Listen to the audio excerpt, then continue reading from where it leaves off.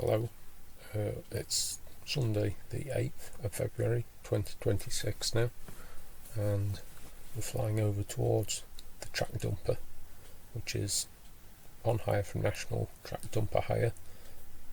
It's a 708, it's a 7-ton machine. I'm pretty sure it's a 7-ton, it could be a 5-ton, but I'm pretty sure it's a 7-ton, and they'll weigh about 11 tonne gross.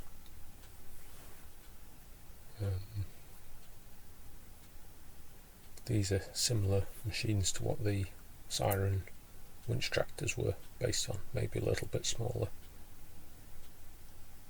but they were based on track dumpers.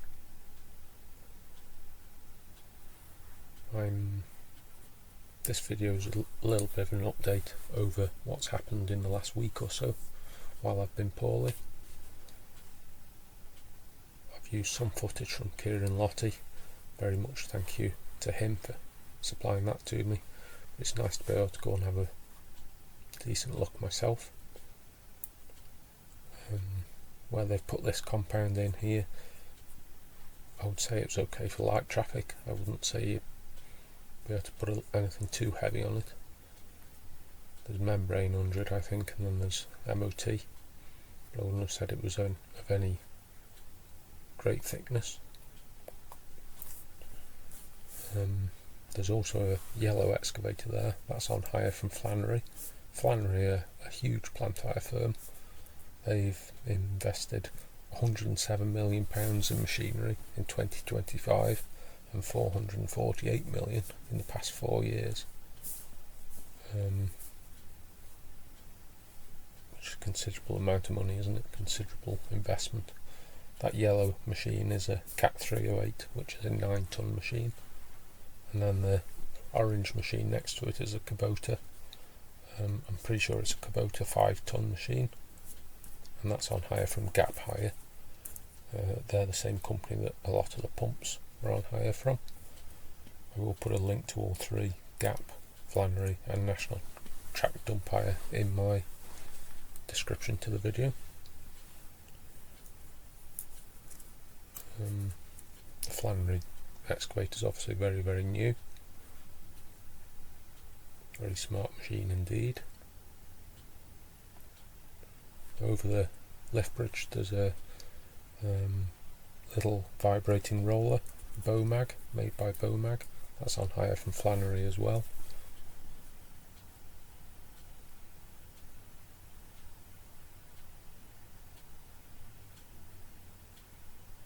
Nice to see that CRT are spreading their business around to different plant hire firms.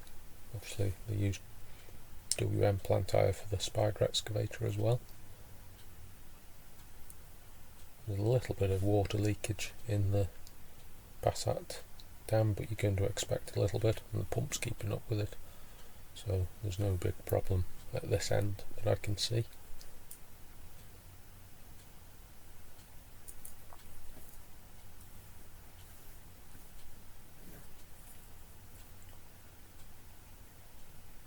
Pump is behind the hedge now to keep it away from the houses for noise, I presume.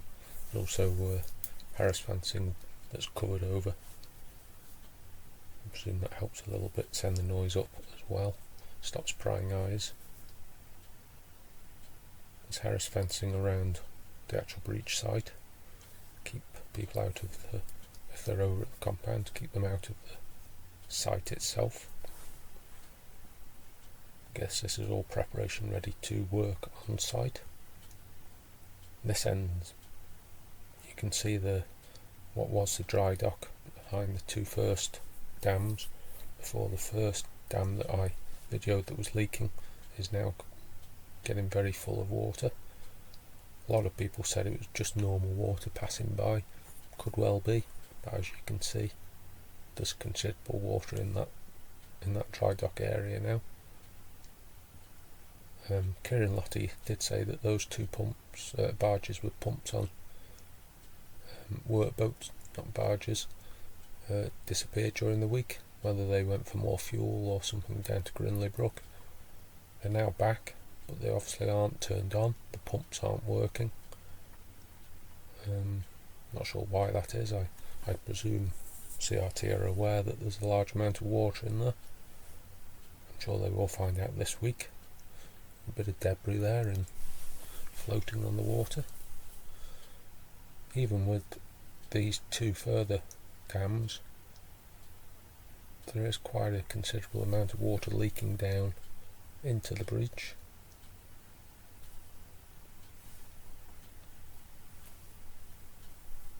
As you can see here, a little bit of a waterfall there. Try and get a better look at that later.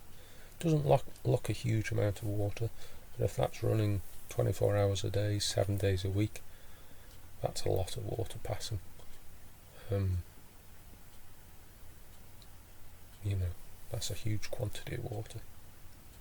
A huge quantity of water to be ending up in this hole here where Sefton was, which is now very full and overflowing.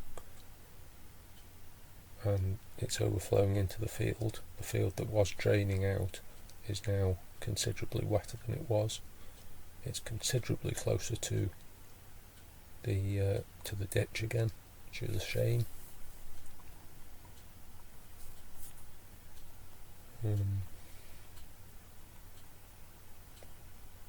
I'm sorry if there's been a bit of rain on the lens, on the camera lens. It was drizzling a little bit when I was flying over the site. You can just see it here now actually, and see the dimples of the water in the rain in the water. You can see the water draining out of the depression where Sefton was and into the field here.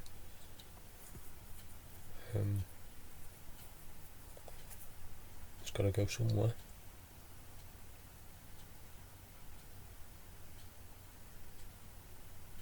You can see the rain on that pond area where Sefton was. So sorry if the view's not as good as normal. Also very, very windy. You see that my footage is a little bit spinny. That was me trying to counteract the wind. As I say, I've not been very well, so thank you for sticking with me and the lack of videos.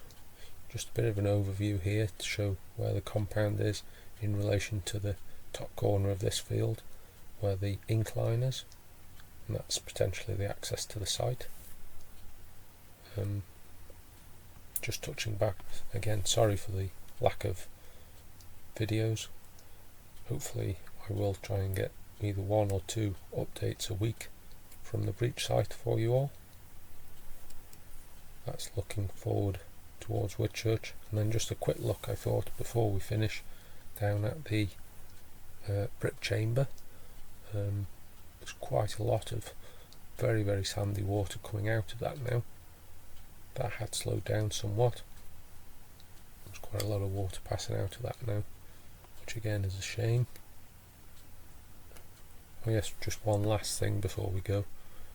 We'll try and get a better view of that little waterfall within the breach. There you are. You can zoom in on that, and then you can actually see the amount of water that is flowing out of those dams.